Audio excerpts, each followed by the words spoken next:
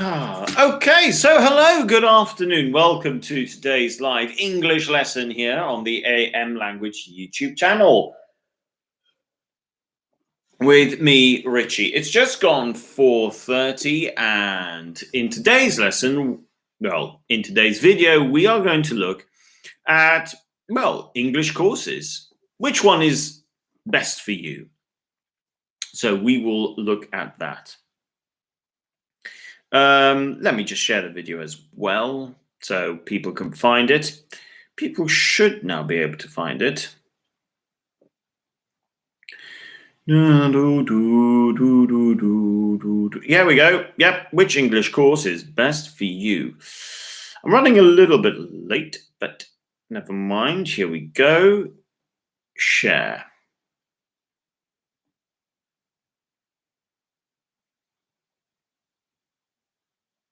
Okay, great. Okay, so here we go. Francesca, good afternoon. Welcome to today's lesson. Thank you so much for joining. As always, there's always a bit of a challenge when it comes to the lighting. Manuel, good afternoon. Hello, and welcome to today's lesson. Oh, okay, that's not really bright. Maybe I need to wear sunglasses or something, but the lighting is better if it's like this. Okay, so hello, Renef, as well. Good afternoon. I don't know if this lighting is in fact better.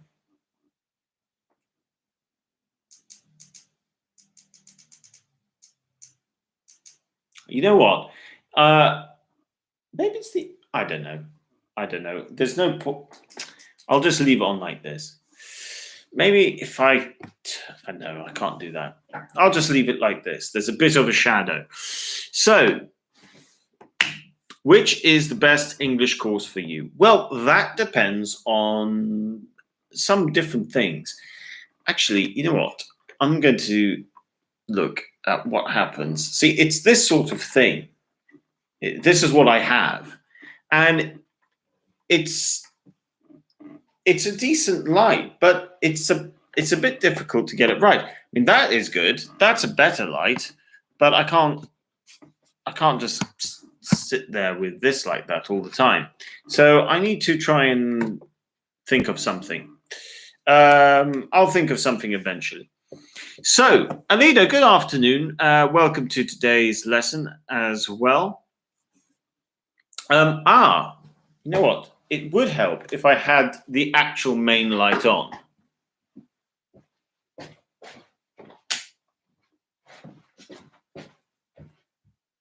That's much better. There we go. I just didn't have the main light on. So, which is the best English course for you? It's a very good question, and it's a very good question to think about, because if you're going to spend money on English lessons, you want to make sure that you are going to learn the type of English you need. So let's start off with general English. Is general English the right course for you? If you are a low level, so elementary, pre-intermediate, absolutely yes. If you're not of an intermediate standard, you should be doing general English. And it doesn't matter if you want to take any English exam in the future, you should still do general English. I would also say you should still do general English even at intermediate. You should only really begin to think about doing a different type of course once you are very much a B1 level. So you need to be a good intermediate before you start to think of maybe doing any other type of course, especially an English exam course, okay? If you just want to have better English so you can watch films, listen to music, enjoy entertainment in English, and travel, then general English is also the best course for you. Now, what if you want to improve your English for work? Well, there are two different types of courses. First, there's business English, and I do recommend business English once you are at an intermediate level. This is for the person who doesn't have a lot of, who doesn't want to be at a language school for very long. So you might come for 2 weeks. And in 2 weeks, you want to improve your English, but it needs to be specific in terms of business. And business English, okay, yes, it's to do with a particular field of business, but you can also learn. I mean, if you are, for instance, if you have a profession, basically, so let's say you are looking at, you work within a company. Let's put it that way. You might be working in human resource management. You might be in accounting. You might be in marketing. You might be in sales. You might be in product development. Business English is going to be the best option for you. If your profession is going to be very specific, slightly different, but something like legal English or medical English, then you are going to look for something called English for specific needs. ESP actually, English for specific purposes. So that's an ESP. So if you're like a lawyer or a doctor, then you need to look for an ESP course, an English for specific purposes. But if you just work within if you work for a company, then business English, really, that's the best one. It covers a big range. But let's say your English isn't very good. We do offer some courses whereby you can have for it's something like English for work purposes, okay? And if it's an English for work purpose, then and your level is like pre-intermediate, then it could be okay. You'll learn how to do some basic things that you would need to know how to do, such as sending a basic email, for example, a formal email. But that is still something that you might cover in general English as well. But generally speaking, up until a good intermediate, the only course you should think about is general English. Then when it comes to business, we've got business English. And if it's anything to do with your career, business English is the best option. The only time that you might need to think of something slightly even more specific is if you need to learn medical English or legal English. And we can do both at AM Language. Next, and this is the big one, English exams, international English exams. Which one do you choose? Now, if it is for university or if it's for a work permit, okay, so if it's for university or a work permit, so you want to get a work permit in Canada, for example, or Australia. Okay, so the answer here is IELTS. Okay, anything to do with university, IELTS, IELTS, IELTS. And I will say this again, okay, IELTS. And you want academic IELTS. General IELTS is good for things like work permits. Certain countries like Canada, Australia, England, IELTS can be good for that as well. But 80% of anyone doing IELTS is for academic reasons. which is why if it's anything to do with university, a course, IELTS. That's the first thing you should think of. Now, IELTS, the certificate, okay, the certificate is recognized for 2 years. Okay, so it expires after 2 years.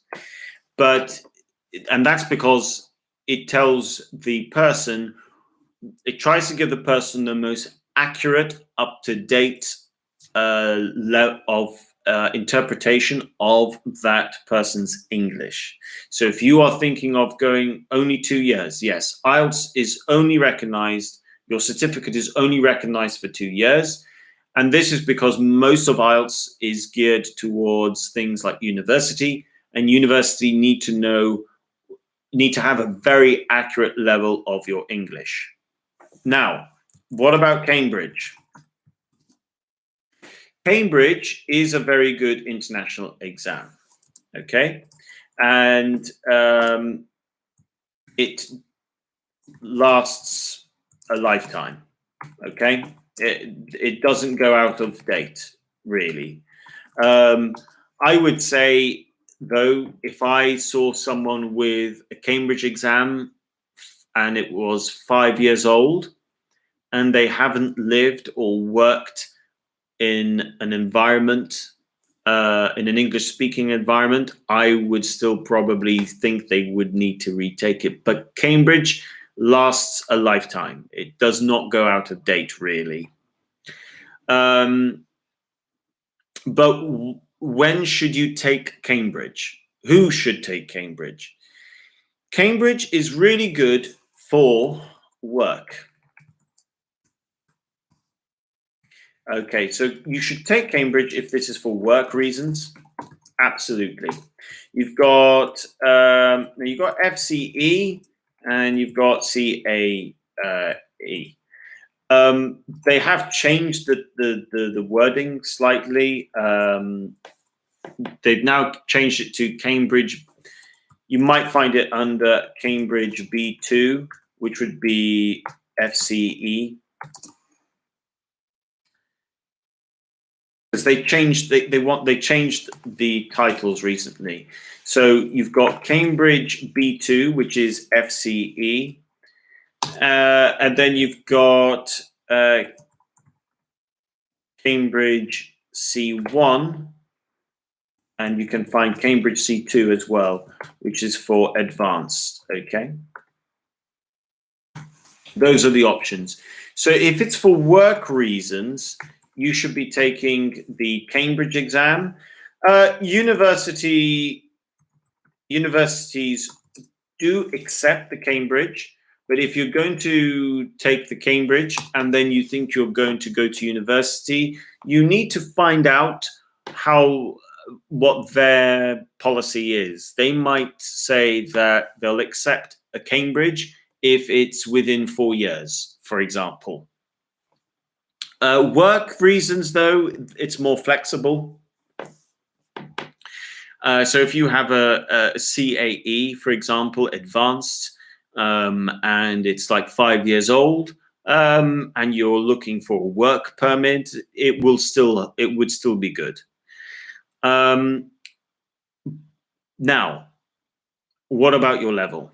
What should you aim for? Okay. So if you are, I would always say go up a level. So if you are IELTS, if you want to do IELTS because you want to go to university and your level is intermediate, so B1, you need to aim for B2. Try get to B2. Now a B2, a good B2 would be an IELTS band score of 6.5. That's what you want, okay? So if you're intermediate, go for B2.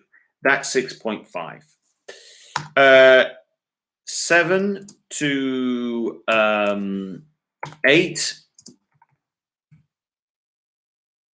Actually, let me try this again. 7 to 8. Actually, no, you know what? 6.5, I think 6.5 might even be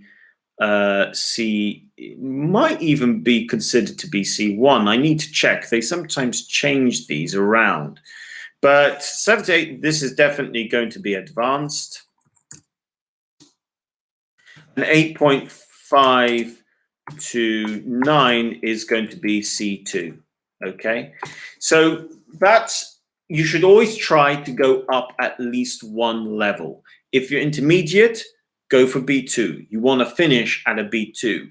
If you're B2, you want to finish at a C1. And if you go in at a C1, you want to aim to finish at its C2. Now, I would say, generally speaking, to really go and jump through a level, a minimum preparation time should be between 6 and 10 weeks, really, to really go up the level properly and to make sure you do preparation, okay? And that's the same with Cambridge. Now, Cambridge has closed courses, and Cambridge courses usually last about 4 weeks. Cambridge courses are usually about 4 weeks, and they are held at specific times in the year. So you would need to find from your, if you want to go to a specific language school, you need to find out from that school when they are holding Cambridge. I thought it took more time. It depends on the course. Some people do 4 weeks. You can find courses of 6 weeks, and you can find courses of 8 weeks. Okay, it depends on how the school has structured their course. Okay, not AM language. The school that I used to work for used to plan their Cambridge exam over the course of 4 weeks. Their Cambridge preparation. Having said that, though, you can find some of 12 weeks. Now, I would say if you want to take this seriously, just like IELTS, I would say you want to find a course that's probably around 8 weeks. 8 weeks is a good amount of time to prepare for a Cambridge exam. But it does depend what you want to go for. So let's say you don't know if you're B2 or C1. Go for an 8-week course. You should end up at C1. So if you might be a bit of B2, C1, and for 8 weeks, you will finish at a C1 level. And 8 weeks is a good amount of time.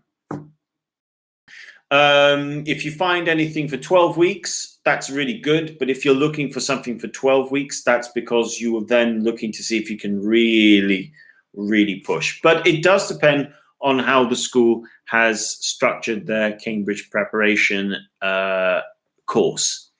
Like I said, you can find courses that will be done in 4 weeks, and you can find courses that will be done in 8 weeks. You have to look around.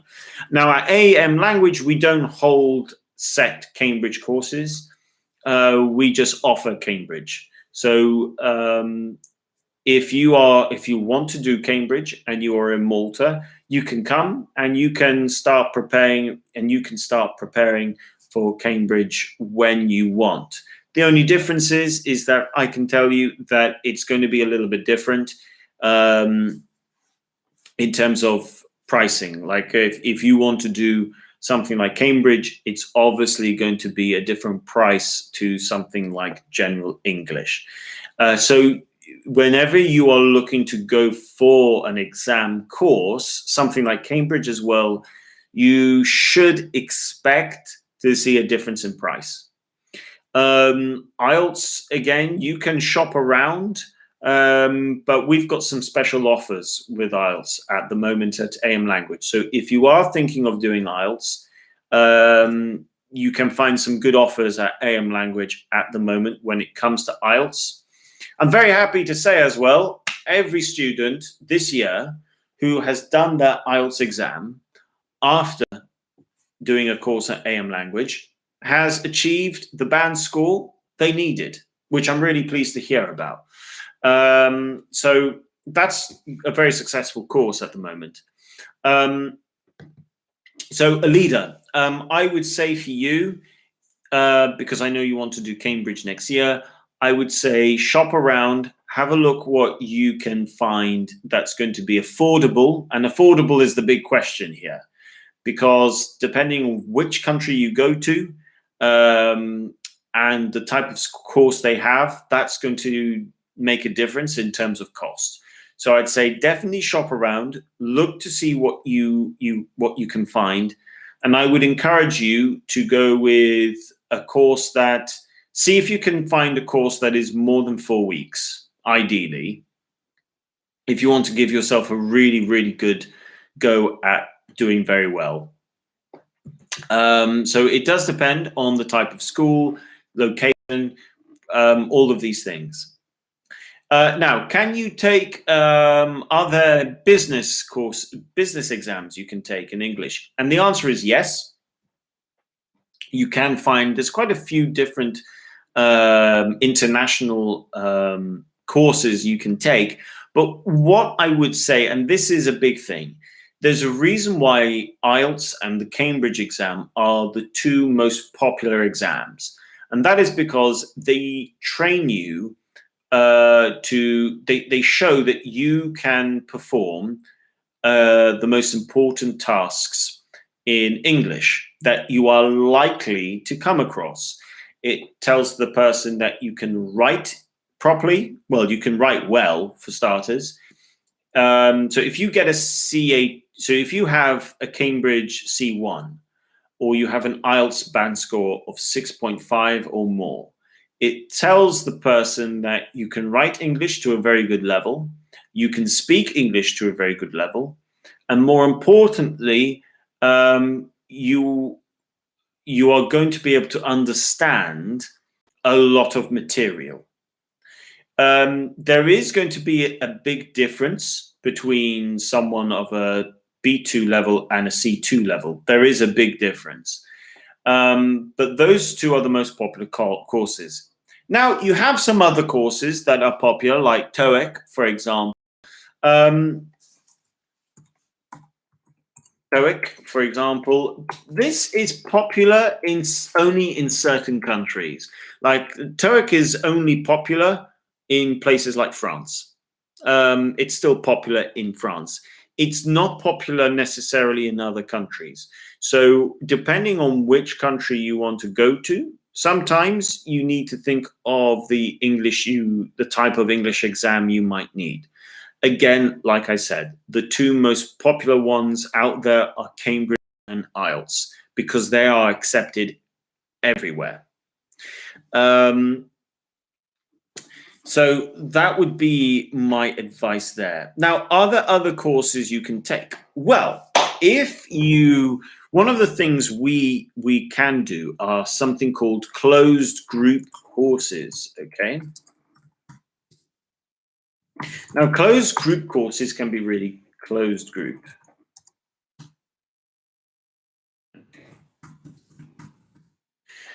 Closed group courses are very good if you are coming with other people. Now, one of the most successful ones we've had is actually when it comes to business. So before COVID, we would have two large groups at different times from companies like Deloitte. So they would send lawyers and accountants over, and we have a closed business group course. So the good thing about this is that you do come with colleagues, you do come with people in your profession, and as a result, it's a very professional environment. You are learning very specific English according to your needs. and those are run at set times of the year, or they can be arranged for set times of the year. Those are really good, though, if you know that you and a team and you've got a budget for it. That can be very good. What is the difference between IELTS and okay, IELTS. I think the first one is meant to be IELTS.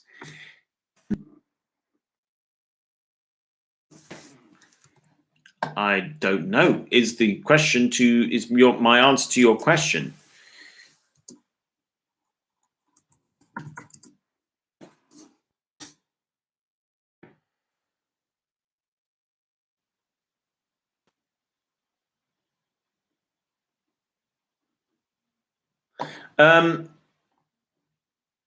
Okay, IELTS. IELTS is as I said, that's a recognized international exam. I have not heard of ALTS. If I think of ALTS, the only thing I can think of is something called Assistant Language Teacher, which is a course for teachers. That's the only one I know. I don't know about anything like that. I guess TALAFs? Okay, I don't know about this one. TALAFs? Let's see what comes up. I have not heard of this one before.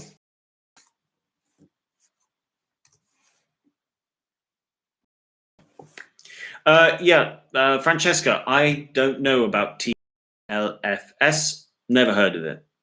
I should say, though, there are some other courses that are not as popular, but you can also take depending on your specific field. So, for instance, the EU do have their own, or sorry, did I say not the EU? The United Nations, sorry. The United Nations have their own language certificate as well, English exam. They have their own one. However, it's not particularly popular compared to IELTS or Cambridge. Again, if you were to work for the UN and you have an IELTS or Cambridge, then that will be good enough. I'm confusing the US, maybe. I mean, look, the US have a few others. I should say, when it comes to the US, they have their own ones. Actually, there's one that's gone out of, that's not very popular anymore. Let me see if I can remember what it's called. This was it. TOEFL. This is a popular one in the US. TOEFL, TOEFL, very similar to TOEIC. This is a popular one in the United States. So if you are going to the United States, then you might need to look at TOEFL, TOEFL. But in the United States, they also accept IELTS as well, and they are likely to accept Cambridge. But when it comes to work permits in the US, you probably want to do your research. It is different to Canada in that sense. So if you are thinking of moving to the United States, you need to consider doing TOEFL. Okay, so that covers this session. Yes, it's TOEFL. Yeah, that's it. Okay, yeah, TOEFL. So if you are thinking of going to the United States, then TOEFL, TOEFL, TOEFL is definitely an exam you need to consider. You need to think about work permits. You need to think about the visas in America. So you do need to do research there. Again, a lot of places will accept IELTS and they will accept Cambridge. Anywhere in, Europe, Canada, and Australia will accept IELTS and they will accept Cambridge. The United States, they should accept them, but they do like their TOEFL a little bit, because it's more American based. So it's definitely something you need to think about. So you need to think about location. You need to think about your aims as well, and that should help guide you towards which English course is going to be the best one for you. Like I said, at AM Language, if it's business English, we have a very good business English course. IELTS, fantastic. I'm really happy with the IELTS course at AM Language. That is a really, really good course. If you are at AM Language, or if you're thinking of doing IELTS, AM Language has a really good reputation at the moment for IELTS. It's been quite a success on that front. If you're looking just to improve your English for general purposes, general English is always going to be the right one. And if you're looking for a certificate to have that will stay with you, and it's good for universities, it's good for work permits, Cambridge is a very safe option. It's a difficult exam. Like if you go for the CAE, if you go for Cambridge 1 or Cambridge 2 exam, the advanced one, that's a very difficult exam. I would say what is the hardest part of that exam? To be honest with you, the listening and the reading, the receptive skills are really they really challenge you in Cambridge, the receptive skills. Receptive skills are listening and reading. They really make it difficult in Cambridge. It's not to say that IELTS is easier, but in Cambridge, it's the way they present. Their presentation is different, and the presentation of an exam can make a really big difference, and sometimes what they might ask of you. Like a difference as well is the speaking exam. So in Cambridge, you will be with someone else. So the speaking exam, you are with someone else, and it's part because they want to see how you engage in conversation with another person. In IELTS, it's just you and the examiner. Writing, well, if you can write well in one, you will write well in the other. What I would say is you need to work in, if you do academic IELTS or the Cambridge, you need to work on your essay structure in English. That will make a big difference. Okay then, guys, thank you so much. That brings us to the end of today's lesson. I hope that was helpful for you. Make sure you like the video, subscribe to the channel if you have not done so already, and like and share the video. Alida says, thanks, I'm going to make it. Yes, you're going to make it, Alida. Arena F says, thank you, see you tomorrow. You're welcome. See you tomorrow at 4:30. You too, Francesca. Thank you very much. Evelina, you as well. Thank you. And Manuel, you as well. Thank you very much. Have a wonderful evening, everybody. Take care. And see you tomorrow for another daily live English lesson. Okay, great. Bye for now.